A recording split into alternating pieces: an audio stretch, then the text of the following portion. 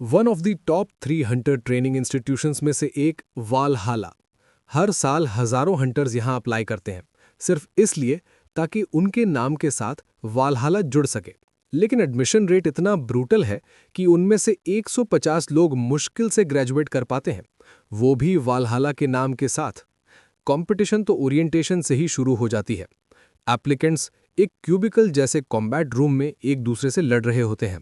हर कोई अपनी जगह बनाने के लिए जान लगा रहा होता है। उन सब पर नजर रखे है वालहाला का हाईएस्ट रैंकिंग कॉम्बैट इंस्ट्रक्टर, जो उनके हर मूव को एनालाइज कर रहा है। तभी पीछे से एक कॉन्फिडेंट और कैरिज्मेटिक आवाज सुनाई देती है, यूशिन फैमिली के सक्सेसर यूमिन जुन की। वो एक्साइटमेंट से कहता है, वो इस साल भी काफी ज्यादा लोग आए हैं। इंस्ट्रक्टर अपना सर थोड़ा मोड़कर काम टोन में जवाब देता है, वेल, एडमिशन सिलेक्शन प्रोसेस में ऐसा तो हमेशा होता है। तुम यहां अपनी भतीजी को देखने आए हो क्या? मिनजुन हल्की सी मुस्कुराहट के साथ कहता है, हाँ, कुछ ऐसा ही समझ लो। हमारी यूशन फैमिली को अपनी सोयन से काफी उम्मीदें हैं।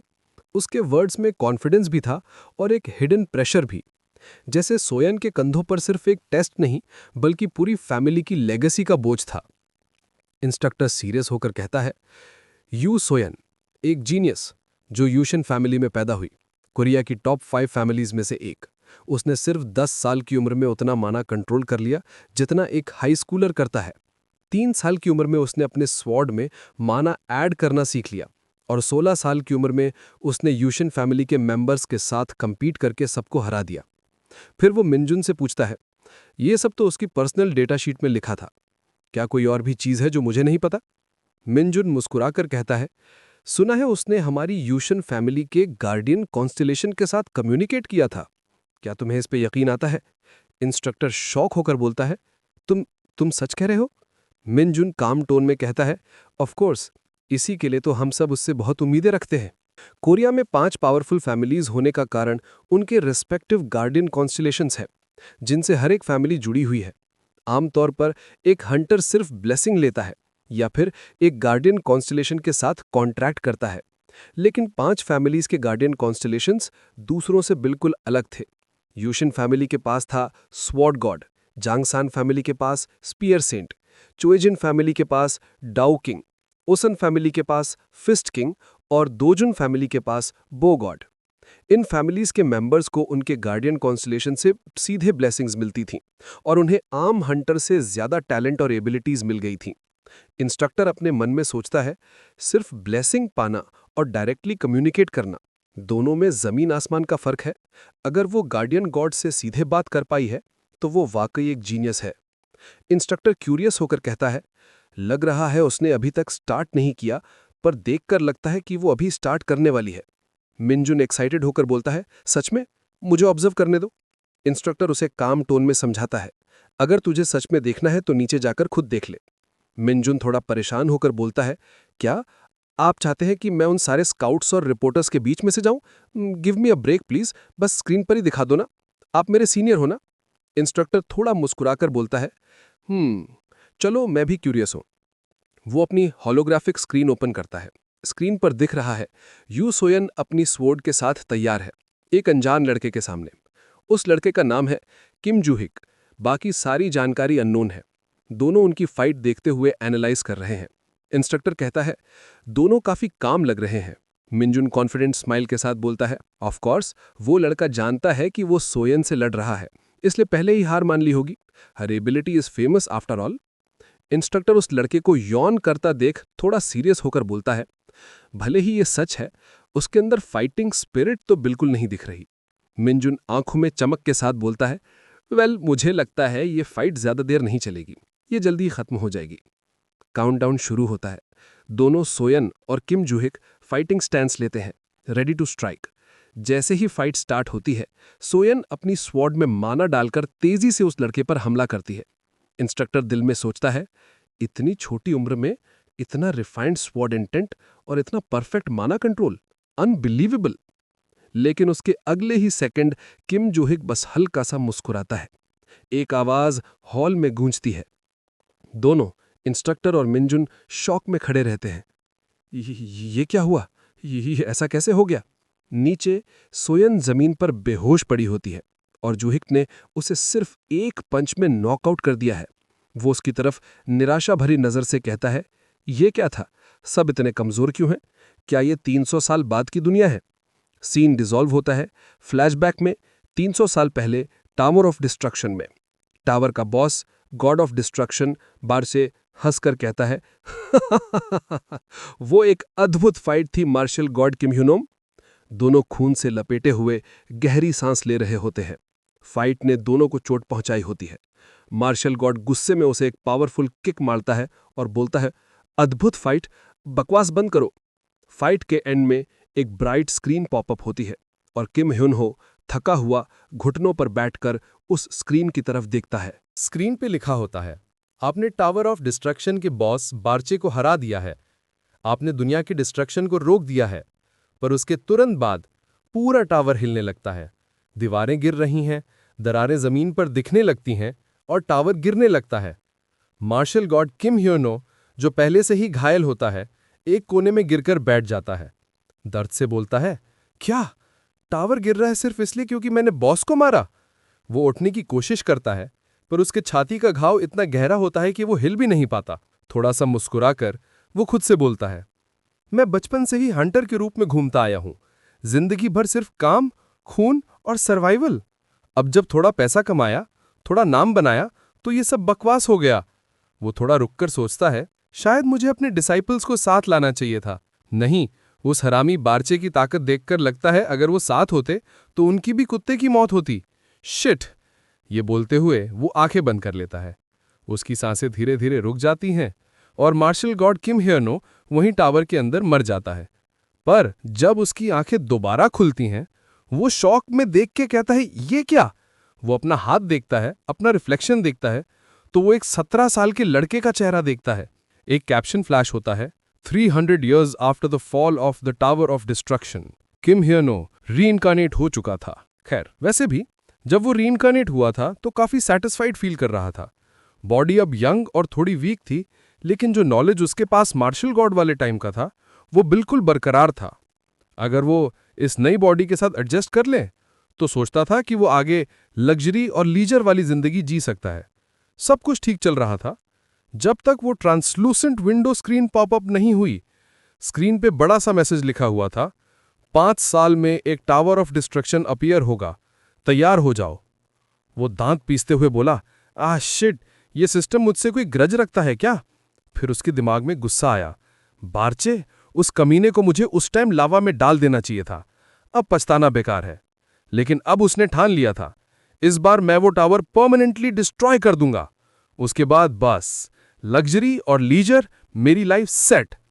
फिर उस विंडो स्क्रीन पर एक और मैसेज ब्लिंक करता है, अपने वेपन्स और मेमोरीज वापस हासिल करो, वालहाला के 3rd फ्लोर के राइट साइड के 5वें कमरे में। वो कंफ्यूज्ड एक्सप्रेशन के साथ बोलता है, हाँ, find my weapons and memories, वालहाला, room of the constellation. मुझे तो वेपन्स का मतलब समझ आ रहा है, लेकिन मेमोरीज? थोड़ा सोचने के बाद वो बोलता है, सबसे पहले मुझे ये वालहाला नाम की जगह ढूंढनी पड़ेगी। थोड़ी देर बाद वो वालहाला इंस्टीट्यूट पहुंचता है। तभी लाउडस्पीकर से एक अनाउंसमेंट होती है, the 4th day of the top 10 competition will start now. जो लोग कंपीट करना चाहते हैं, please come on to the competition floor. वो बिना समय बर्बाद किए उठता है और कॉम्पिटिशन फ्लोर पर चला जाता है। वहां इंस्ट्रक्टर सब फाइट्स ऑब्जर्व कर रहा होता है और सोचता है, आज पहले से कहीं ज्यादा पार्टिसिपेंट्स हैं। शायद इसलिए क्योंकि सारे 5 फैमिलीज के वारिस यहां एक साथ आए हैं। उसकी नजर स्क्रीन पे पड़ती है और जिसके बारे में हर कोई बात कर रहा है, दैट न्यू कमर किम जू ह्यूक। फिर उसके सामने लिखा आता है, his opponent Ocean family's eldest son O Sehyuk. Sehyuk उसको देख के सोचता है, वो बंदा वही है जिसने पहले दिन यू सोयोन को हराया था। बाहर से तो ज्यादा खास नहीं लगता। अच्छा है, अगर मैं उसे हरा दूं तो मेरी इमेज और ऊपर चली जाएगी। फिर वो थोड़ा मुस्कुराकर धमकी देता है, हे, मैं तुम्हें जल्दी मिटा दूंगा। ओ सेह्यूक लिटरेचर, स्ट्रैटेजी या मार्शल आर्ट्स में खास स्ट्रांग नहीं था, लेकिन एक चीज थी जो उसको सबसे ऊपर ले जाती थी, उसकी फिजिक। वो ऐसी बॉडी के साथ पैदा हुआ था, सिर्फ थोड़ी सी ट्रेनिंग से भी उसकी ताकत एक्सपोनेंशियल तरीके से बढ़ जाती थी। एफर्ट कम, रिजल्ट्स ज्यादा, एक नेचुरल टॉप टियर फिजिक। सिर्फ इसी वजह से उसे जीनियस कहना गलत नहीं होगा। सेह्युक जुयुक का प्रोवोकेशन देखकर खुद पर कंट्रोल नहीं रख पाता। गुस्से में वो सीधा अटैक करने के लिए डैश करता है, लेकिन जुयुक बिल्कुल शांत रहता है। वो अपने मन में बोलता है, इस बॉडी के साथ जो मैं पैदा हुआ हूं, फिजिक की लड़ाई में जीत जाऊंगा ये जरूरी नहीं। सिर्फ स्ट्रांग फिजिक होने से कोई जीत गारंटी नहीं होती। सेह्युक गुस्से में आके जोर से पंच मारता है, लेकिन जुयुक उस पंच को डॉज कर लेता है। फिर उसके पैरों में एक प्रिसाइज किक मार के उसका बैलेंस बिगाड़ देता है। बैलेंस खो देने पर जुयुक उसके सीने पर एक जबरदस्त अटैक करता है और सेह्युक एक ही हिट में नॉकआउट हो जाता है। अरीना से बाहर जाते हुए जुयुक अपने अंदर सोचता है, ये बॉडी पहले से कमजोर है, पर मॉन्स्टर्स हंट करना और हंटर बने रहने में कोई प्रॉब्लम नहीं होनी चाहिए। कुछ स्काउट्स जो ये फाइट देख रहे थे वो डिसबिलीफ और डिसअपॉइंटमेंट में रिएक्ट करते हैं। क्या ओ सहयुग सच में गिरते हुए ही नॉकआउट हो गया? मुझे उम्मीद नहीं थी कि सहयुग इतने सिंपल अटैक से डाउन हो जाएगा। लेकिन उनके पीछे खड़े ओ सन फैमिली के हेड फिस्ट किंग ओ चुलशिन सीरियस एक्सप्रेशन के साथ अंदर ही अंदर सोचते हैं, बेवकूफ, तुम लोग उसे सिंपल अटैक कह रहे हो। उनका दिमाग पूरी फाइट का एनालिसिस करने लगता है। मेरा बेटा चाहे मार्शल आर्ट सीखने में इंटरेस्टेड नहीं था और सिर्फ अपना फिजिक इंप्रूव करता था, फिर भी अपने साथियों के किसी भी पंच को इजीली डॉज कर लेता। लेकिन ये अटैक ऐसा था जिसे वो बच ही नहीं पाया। वो शांति से ब्रेकडाउन करते हैं। सहयुग ने गुस्से में अपना कंट्रोल खो दिया और सीधा जुयुक पर रश कर गया। उसने शायद ही कभी मैजिक का इस्तेमाल किया हो ताकि फाइट जल्दी खत्म हो जाए, लेकिन जुयुक ने बस अपना सर थोड़ा टिल्ट करके वो अटैक डॉज कर लिया। सहयुग ने सोचा था कि हिट कनेक्ट कर चुका है, इसलिए अपना वेट और सेंटर ऑफ ग्रेविटी पूरा शिफ्ट कर दिया और उस पल जुयुक उससे भी ज्यादा स्पीड से मूव कर गया। मतलब जब सहयुग ने अटैक शुरू ही किया था, जुयुक ने तभी अपनी पूरी स्ट्रैटेजी बना ली थी। ओ चुलशिन अपने आप से कहते हैं, ऐसी फोरसाइट और कंट्रोल, ये लड़का तो एक मॉन्स्ट्रस टैलेंट है। इंस्ट्रक्टर आसपास देखकर कहता है, बुरा हाल ये है कि बहुत लोग इस न्यूकमर की वैल्यू समझ चुके हैं, सब बेवकूफ नहीं थे। फिर वो स्क्रीन पर जुयुक को देखकर थोड़ा एक्साइटेड होकर बोलता है, किम जुयुक, मैं किसी भी कीमत पर तुम्हें अपनी फैमिली में ले आऊंगा। जुयुक की नेक्स्ट फाइट में कुछ फैंस एक लड़की को चीयर करते हुए चिल्लाते हैं। जुयुक थोड़ा परेशान होकर कहता है, देखो ना ये पगले लोग, क्यों वो जवान लोग एक 17 साल की लड़की को नूना बुला रहे हैं। इस बार उसकी अपोनेंट चोएजिन फैमिली की दूसरी बेटी चोए आरिन है। दोनों रिंग में तैयार होकर खड़े होते हैं। फाइट शुरू होती है, मगर दोनों तरफ से कोई पहला अटैक नहीं निकलता। जुयुक उसका काम कंपोजर देखकर अपने मन में सोचता है, क्या वो मेरी पहली मूव का इंतजार कर रही है? चलो कम से कम वो सिचुएशन पढ़ने की कोशिश कर रही है, बाकी लोगों से तो ये ज्यादा बेहतर है। जुयुक हल्की सी मुस्कान के साथ आगे बढ़ता है, अटैक करने के लिए तैयार है।